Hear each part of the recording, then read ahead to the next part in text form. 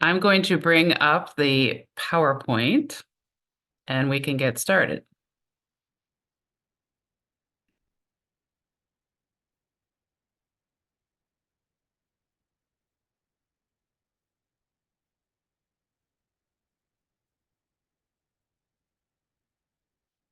So the statistics that I'm going to share with you that I've compiled have come from the Center for Analytics, Research, Data, and Development, which is the UCC's research arm, so to speak, who does all of our data collection throughout the denomination. I've also included some information from the Association of Theological Schools, and they are the ones who do the accreditation for seminaries, including the UCC seminaries and mainline seminaries and evangelical seminaries and so forth. So pull some information from the reports that they run every year, which are very, very interesting to get a sense of how things have changed over time. Just to give you a sense of what I'm hoping to accomplish, and you can say at the end whether you feel that's been done or not.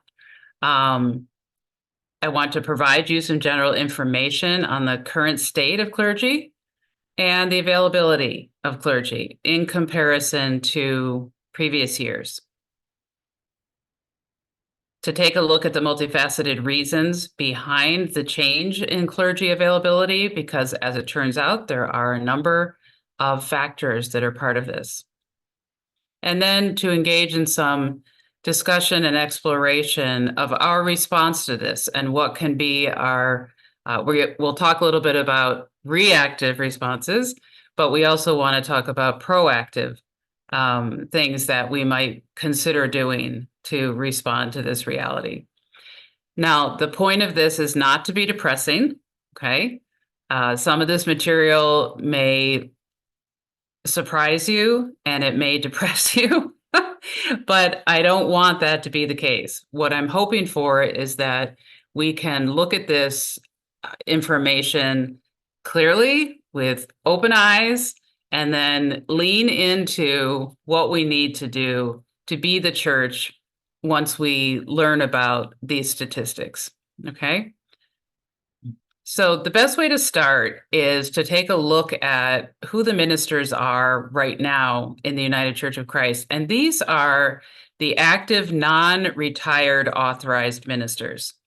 And as you can see, we've got over 5,000 of those who are currently employed, who are working, and the vast majority are ordained. We have a number, 437, a number of licensed clergy. We also have clergy who are dual standing, ordained ministerial partnership standing, which is our special designation for standing with the disciples of Christ. We still have a few commissioned ministers left, and then we have those with lay ministerial standing. The licensing might surprise you, but for a number of conferences, regardless of the manual on ministry, sorry, Nora, the licensing has not been given up by a large number of conferences, so they still use that terminology. This will give you a sense of the larger picture, that is all of the authorized ministers in the United Church of Christ. And interestingly, the number overall has remained very constant until relatively recently. So we've had about 10,000 clergy for a really long time. And what's changed is the distribution of those clergy in terms of age and activity and retirement and so forth. You can see that the active, non-retired clergy numbers have decreased. And that includes everything from local church pastors to chaplains to people in other specialized settings and so forth. The retired clergy, the numbers of those are increasing. And so that shouldn't be too much of a surprise as you see the active decreasing, the retirees are increasing. And in contrast to the second set of bars, the last set of bars are those who are serving in local churches. And as you can see, those numbers are decreasing. So this is just a very general picture of where our clergy are, and we'll go a little bit more granular to talk about why this is. Now, this is what I call the river of clergy availability, with my lovely Technicolor drawing there. And what we're going to do is, this to me is a really good analogy for talking about what's been happening to clergy. And there are a number of different tributaries that feed into this river of availability. And over on the right is the wetland that all of this feeds into. So think about the Mississippi Delta, the way that kind of goes. And that is where the churches are. So the churches are in the wetland. And what we're going to see is some effects of climate change, as Bill said to me earlier, that we're seeing a drying up and a decrease in the flow of these tributaries and of the river as a whole. So I'm going to speak to each one of these tributaries, and I'll name it, and then we'll look at some stats related to it. And the first one is denominational membership. That is, how many people are actually in the United Church of Christ? Because the number of people, if we've got 2 million people in a denomination, that's a huge population from which to draw those who are seeking authorized ministry. This is the membership in the United Church of Christ. This is the additions and removals. What that means is that we have more people being removed than we have being added. And as those go down, we're not repopulating ourselves. In other words, we do have people coming into the UCC, but there are not enough of them to make up for those who are leaving. So our membership is in decline overall. These two charts are the number of congregations that we have in the denomination, and then the bottom one is the actual number of members. And for the most recent statistical report from the UCC, our overall membership is around 712,000. It's likely lower than that due to incorrect yearbook reporting. But this does give you a sense in general of the decrease. It's not surprising that the church decrease is a slower or a less acute slope, because churches remain, just the number of people that are in them goes down. So we still have, it's about half of what we did have, but the number of people who are in them has decreased dramatically. These are some Pennsylvania specific statistics. The membership of our conferences, not surprisingly, Penn Southeast Conference has the largest number of members. Penn Central is in the gold. Penn Northeast is in the purple, and Penn West is in the blue, which is not too surprising because Penn West is the smaller conference among us. But all of our conferences have seen decline in terms of the total members within the conference over time. And this also is interesting, that the average membership has decreased, which makes sense. And you may be surprised to see that Penn Northeast has the highest attendance or membership of churches for the 4 conferences. And they're declining. Penn Southeast is relatively stable, but Penn Central and Penn West have dropped quite a bit. So those are the size of a church, of an average church, has declined. So the number of people actually showing up. So we see that the denominational membership is dramatically reduced from what it was in previous years. That is the first piece. That's the first tributary that has an effect on clergy availability, because clergy will come out of those local churches. The second one is the number of MDiv degrees, Master of Divinity, and ordinations. And these two are historically tied together. The MDiv degree is the traditional route for clergy. It is not as necessary or as common now as it used to be, but it is still the primary degree that is expected for people who are going to be serving in churches. Now, what's interesting about this is the change overall in MDiv degrees. I'll get to the UCC in a second, but just looking and comparing the other mainline denominations, that's the Southern Baptist Convention is on the far left, which I'll come back to them in a minute. United Methodist Church is next. Other, which I'll tell you more about. PCUSA are the Presbyterians, the Episcopal Church, the non-denominational, which have increased, and the Lutherans at the end. And so in the mainline places, there's decline in the number of people who are getting MDivs who are Methodist or who are Presbyterian. The Southern Baptist Convention, this drop for them is the first time that this has happened. They usually are the leader in the number of students receiving MDivs. They have thousands of students who are receiving Master of Divinity. The biggest change is in the other category. The other and the non-denominational, which you can see is increasing as well. In 2018, Liberty University was accredited by ATS for an MDiv. Liberty University is huge, and it is very conservative. And so once they got accredited, there was a massive influx of people getting MDivs, but they're getting them for more conservative evangelical churches. And that's a big change. It used to be that the mainline churches dominated the Master of Divinity degree in terms of who was receiving them. That has changed, and that makes a difference for clergy availability.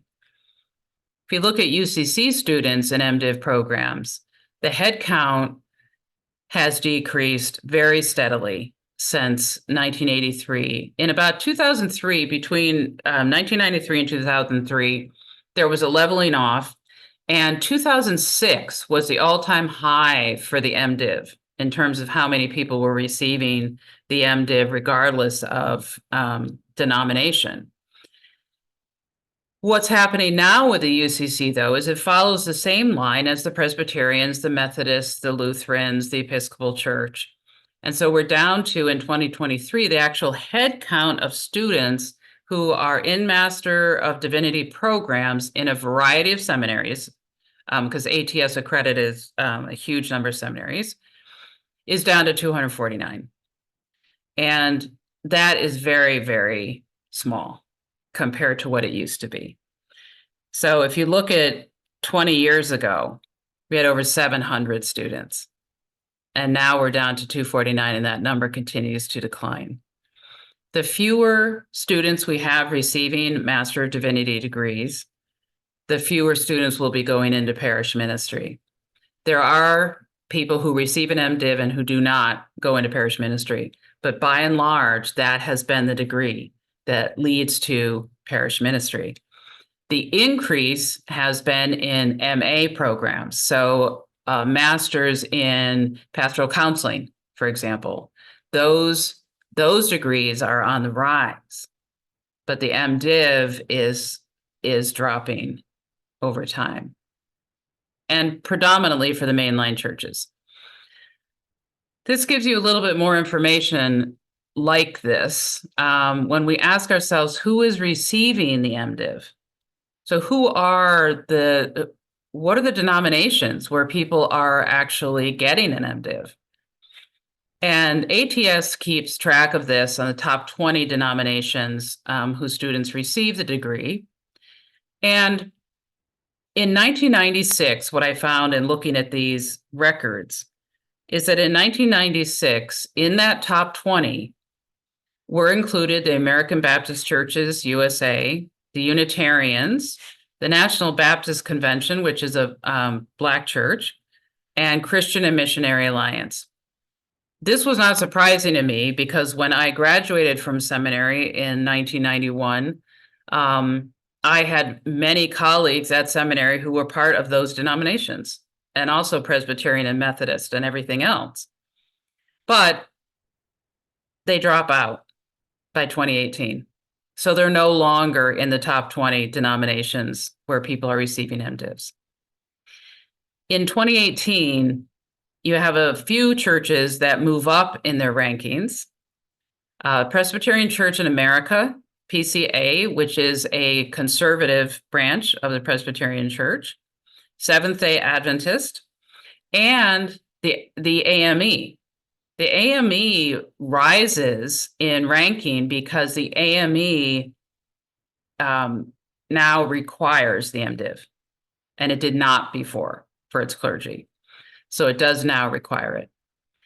In 2018, also, you have a couple churches show up for the very first time, a couple denominations, Korean American Presbyterian Church, the National Association of Congregationalist Christians, which was a total shock to me because that's a group of people who did not join the UCC and became their own group.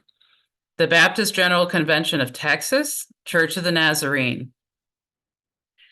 What that means is that in that top 20, the mainline denominations are dropping down, the conservative denominations are rising up. So more and more of their students are receiving MDivs. And at the top, just so you know what this looks like, in terms of who gets this degree, the Southern Baptist Convention has always been first. Like I said, they've got thousands of students and they have a number of seminaries. The second has been non-denominational or other, and that is growing. So it's possible that they will eventually switch places with the SBC. And then the Roman Catholics stay the same, regardless of the year. They always seem to be third. They have a steady influx of people who are getting the MDiv. It might surprise you since there's a decrease in the number of priests, but it's because in the Roman Catholic Church, an MDiv is useful for a wide variety of things, including teaching and other positions. And there are women in the Catholic Church who get MDivs and use those for their work. So it's not too surprising. But I also made a note there that the UCC dropped from 10th in their ranking to 15. And by 2018, it's possible by now in 2024 that they will have dropped out of the top 20 also.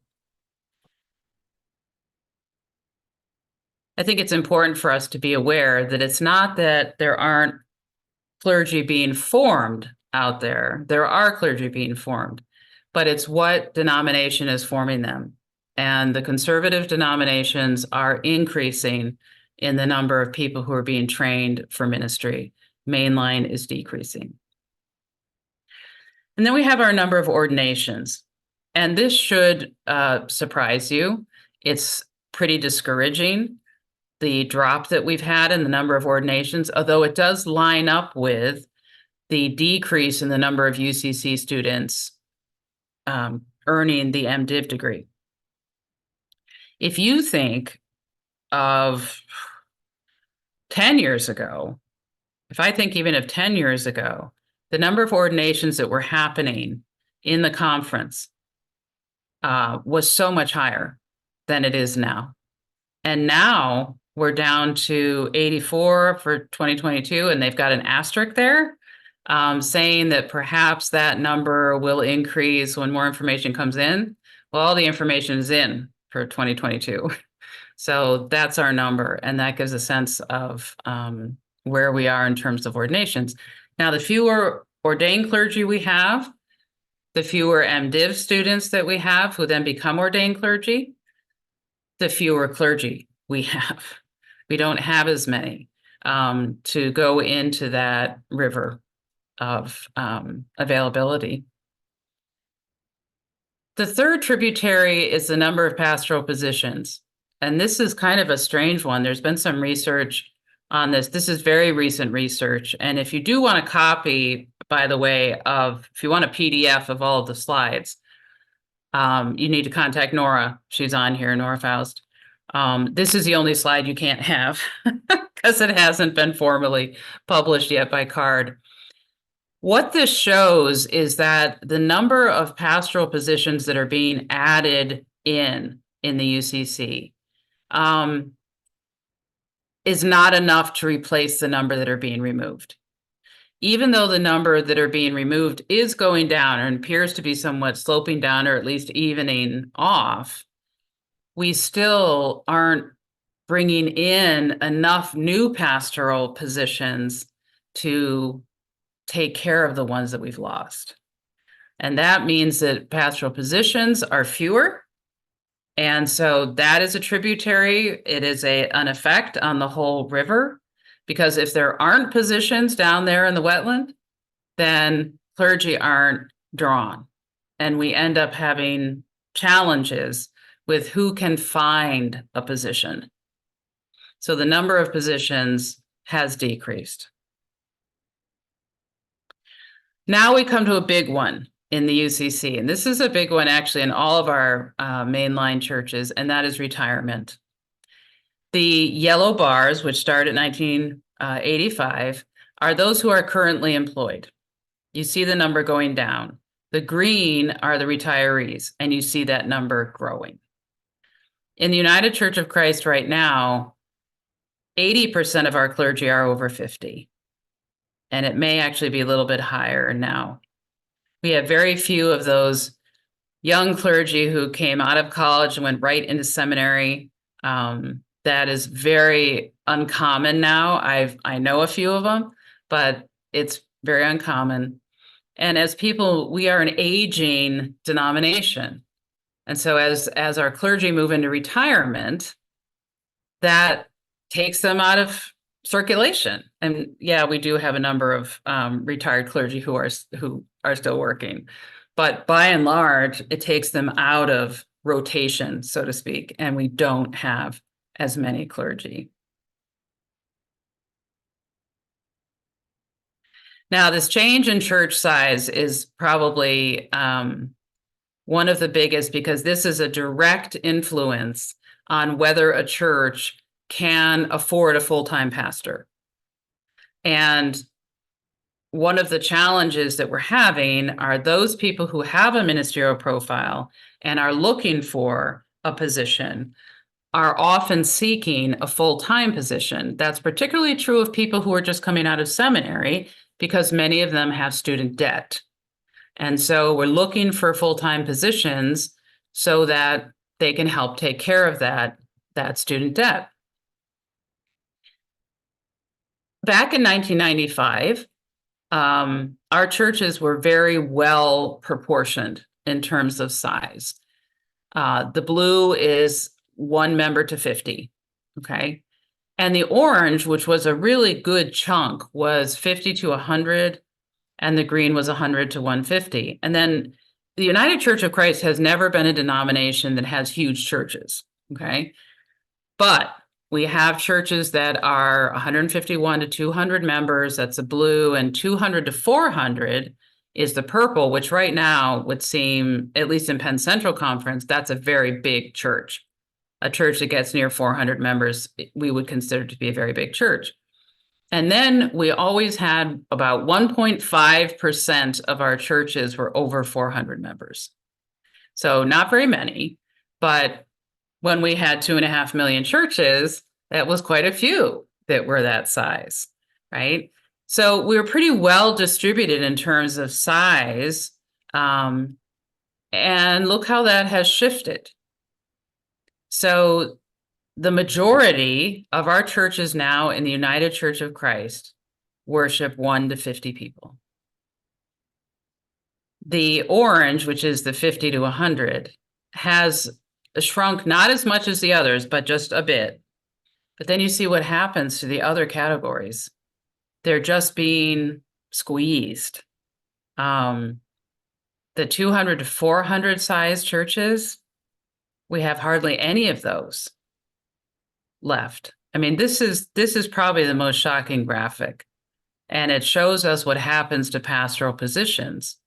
And when we're worshiping 1 to 50, the church, unless they have an endowment and choose to use it this way, they cannot afford a full-time pastor.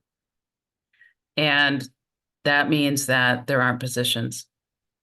So for some of these churches that are worshiping 1 to 50, let's say they've got 15 people in worship regularly, they might have a person who also goes and helps this other church and another church, or they've got somebody who comes in for 10 hours a week total.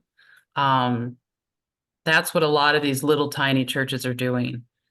And they are, interestingly, in both rural areas, they are in small town areas. There are also some in the cities that are very small. One of the church in downtown Harrisburg is not a large church. It is a small church, even though it's been there for like 300 years. So the change in church size. There are some environmental factors that play a role as well. Social or cultural forces. They're sometimes difficult to measure, but they have a meta influence on this whole thing. The decline of mainline Protestantism overall, that is along with the Presbyterians and the Methodists and the Episcopalians, they're all in a state of decline. And so this is larger than the United Church of Christ. We are all part of this. Interestingly, the evangelical churches overall, that is, if you take all of their membership, is declining as well, but is much slower. And we don't tend to see that. What we see are these huge churches that are bringing in a lot of people. There's a change in the perceived status of ministry that's happened in our society within the main line. Okay, so there's exceptions to this. In the Black church, the status is not changed the way that it has in white mainline churches. It's something we're going to talk about during our discussion time, but what this means is that the desirability of being a minister has changed, and the respect that they're held in, or the sense of status that they have socially. And this is a huge change over the centuries here, because our clergy, particularly in the congregational wing up north in New England, were often the best educated people. And this was true also in Pennsylvania. So you had clergy who were coming in to help lead small churches, and they were often the most well-educated people. That has changed in that we're part of a country now that is well-educated as a whole country. And some of that status changes. The other piece that's involved in this, which is really unfortunate, and it's kind of a chicken and egg thing, is that in various industries, when more women come into it, the social status of it tends to decline. That was true of nursing when it started, was true of teaching. We now ordain more women than we do men in the United Church of Christ. And there is something there that is still part of our society, is part of patriarchy, that has to do with status. Because this is not the case for many of the very conservative churches. They don't ordain women, and they retain much of their status. It's a very interesting and complicated picture. The cost of traditional preparation can be prohibitive, and that means the loans that you have to take out to go to seminary. Now, the seminaries have gotten better at this. United, which is Gettysburg and Philadelphia Lutheran Seminary, received an absolutely enormous gift that allowed them to offer free tuition. And what they're finding is it doesn't automatically fix things, because you still have to find the people who want to go into ministry, and there just aren't as many. So when the when the cost is high, people, they don't want to take on a whole bunch of loans, right? And this actually ties in with the change in family and career structures. When the average age of students at a seminary increases, it becomes more difficult because they often have embedded family situations that either get in the way of the degree, or they might be themselves paying for their children's college loans. And so they don't want to take on loans themselves. It's complicated. Like I said, we don't have the people who were going to Franklin and Marshall. This is for those who are in Penn Central, they'll recognize this, who went to Franklin and Marshall and went across the street to Lancaster Seminary, and were able to go anywhere in the country afterward. Now, many of our clergy are more embedded. They're more regional. They don't want to go outside of a particular region because they have family obligations. They're caring for an elderly parent, for example, and so forth. This is one that we don't often think of, the birth rate, and this is true for mainline churches, that the birth rate in mainline churches has declined so much that we are no longer replacing ourselves. We don't have enough children. And you've all seen this by the decrease in the number of children in churches. That is largely due to our change in birth rate, which is one of the things that we don't usually talk about. And in the evangelical churches, their birth rate is still high enough that they, just like it is for the Amish and Mennonites, they replace themselves with their children so that it keeps their numbers from going down as dramatically. They're still going down, but not quite as dramatically. Also in the evangelical churches, because the structure is tighter than it is, and the social control is tighter, they have a better retention rate for their children in church. And when you look at the research that's being done recently about the nuns, that is the NONES, those younger people who don't have any kind of formal church affiliation. They may be spiritual, but they don't have formal church affiliation. They are largely the children of mainline boomers. And the mainline boomers had a looser sense of, I want you to be creative, I want you to be free, I want you to come to your own decision about religion. We all know what that sounds like. And that's part of the reason why we have fewer children. We're not replacing ourselves with our own. And then the political wins. What this means for clergy, and especially for search committees, is that unfortunately, depending on where things are politically, and this is especially true right now, people will make decisions about where they're willing to serve based on the political atmosphere of the area.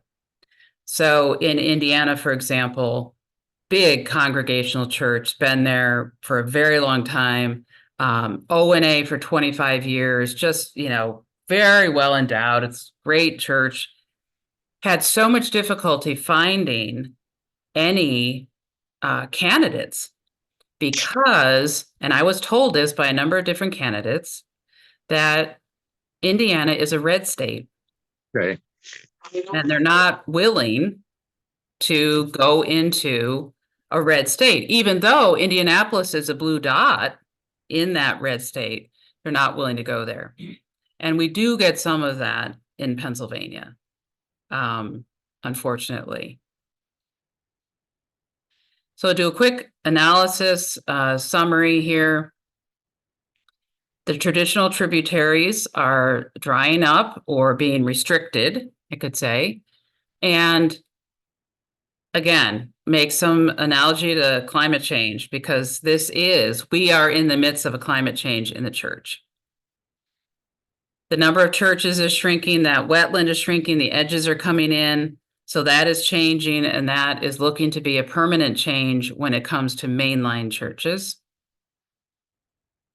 There's been a perceived change in how much church is needed, particularly within traditionally liberal or mainline churches. The need for church is different than it used to be. And part of the reason for that is because there are so many other things besides church going on. Some of you on this call can probably remember the blue laws, when everything used to shut down on Sundays. And as those laws were repealed, all of a sudden there's all this stuff going on Sundays. It's like you can actually go to Home Depot, buy a whole bunch of stuff, and go home and work on your home on Sunday instead of all the shops being closed. That changes the way people live on the weekend. And it's something that has happened slowly. Indiana was the last one to get rid of the blue laws, by the way. The mainline church is no longer the dominant center in society. So instead of, and this is what affects things like the Lions Club and Rotary, Boy Scouts, all these civic organizations that have also been dominant centers for the community in society. The place where this is still holds true is in very rural areas, when often the church is the community center. And in some small towns where there's one church left, and that church becomes a community center. But by and large, they're not the dominant center in society anymore. That's not where people are going. And again, I'm referring to the mainline churches, not necessarily the evangelical churches. We also have had a very big change, and this is now a longitudinal view, but it does affect where we are now in terms of clergy. The mainline national political influence peaked in the 1950s. From the 20s, actually turn of the century, to the 1950s, the leaders in our government and in our large industries were all white, mainline Protestant men. And there was an enormous amount of influence that happened in that period. So we have, if the Congregational Christian denomination had a meeting in the 1940s, they would have senators coming to that meeting. They would have captains of industry, for lack of a better term, captains of industry, people who were the movers and shakers in society as a whole were largely WASPs, white Anglo-Saxon Protestants, right? That peaked in the 1950s. And once we get into the 60s and 70s, we start to have a shift. And there are places where you can see exactly when it happens. The religious right begins to expand. They'd always been there, but they hadn't been in the center. They hadn't been in the political center. And so where we are right now is that the evangelical movement grows to become central in national politics in a way that the mainline churches used to be. And they are now the ones who are the movers and shakers, right? But our country, up until very recently, had been led, quote unquote, led by ecumenical Protestants, that is mainline Protestants, since the 1700s. So we have undergone a massive cultural shift when it comes to religious leadership. Okay. So if we look at all of those things, the question we end up with is, where do we go from here? Let's say you're part of a search committee and now you're like, what are we supposed to do now? Where are we supposed to find somebody who will lead us? A couple of things that churches have been doing, and these are reactions to this reality, is that there's been an increase in shared ministry models. So 10 years ago, you wouldn't have 4 churches sharing a confirmation class. They wouldn't all be doing a confirmation class together. Now we're seeing that happen because they don't have enough children themselves to do it. It's forcing churches to work together to do some sharing of their ministry. We see a return to some 2 or 3 point charges. These used to be very common, of course, but churches separated, and there was a time when everybody could have a full-time pastor. So now there's some going back to 2 or 3 point charges, which is challenging to find people who are willing to serve. So if you have 3 churches and they come together and they say, if we all pitch in, we can afford a full-time pastor who will then minister to all of us. Ministry cooperatives were something that, particularly in rural areas, were started quite a long time ago when they started seeing which way the winds were blowing. A cooperative is a group of churches of 6 to 10, however many there are in the cooperative, who then pool in and they share a set of clergy. And it might be 3. For example, if you've got 10 churches and you've got 3 clergy, and then they figure out how to rotate those people around when the worship services are going to happen. And they set that up so that the cooperative allows for the care of those churches and the people in those churches. And in some parts of the country, that works very well. There's also been church consolidation. We had one recently here at the very beginning of January, celebrated coming together. 3 congregations came into one, and they sold 2 of their buildings. They consolidated into one building. It is now it's a union church, so it's Lutheran and UCC, and it has 1 pastor. So that consolidation idea is a really good one, except that people are reluctant. There are churches that are very reluctant to give up their building. This is particularly the case if the building is of great historical value or if they have a cemetery attached to it. It makes it very difficult for people to be willing to consolidate. This response is one that we have been just seeing some action around in Penn Central, and it's actually some of the most exciting stuff, which is finding leaders from within our current churches and who is being called to be a leader.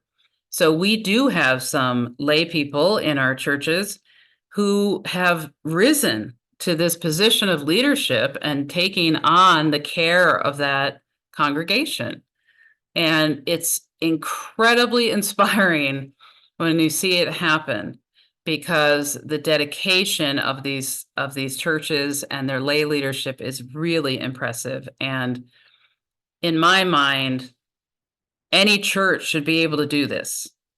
There should be leaders within a congregation who can step forward and, with some help, maybe from us, can actually run the church. And I've seen it done a number of places, and it's always very inspirational. Obviously, there's also been an increase in bi and multivocational ministry, because now that we've got churches, if the main number of our churches are 1 to 50 members, then we have people in very part-time positions, and they need another position to go along with it to make for a full-time position so that they have a living wage and so forth. And where this works the best is in a smallish town that's near various other things like a university, where people can get a job as a chaplain or in teaching. We have clergy who are bivocational, who are bus drivers. There's all kinds of different ways that people can cobble together their vocational ministry. And then finally, there's what I hope to see, and there certainly has been this at the national setting, or in the national church, as we think about these different alternative ministerial training models that are out there that are different from seminary. So we have the Pennsylvania Academy for Ministry, that's at Lancaster Seminary and Moravian Seminary right now. Penn West has their own academy. New York State has their own academy. And these are ways to train up people from within the churches. It's not the same as seminary, but it's meeting a felt need, and it's pragmatic. So the classes are often what you need in order to function in a church as a pastor. It gives you exactly what you need.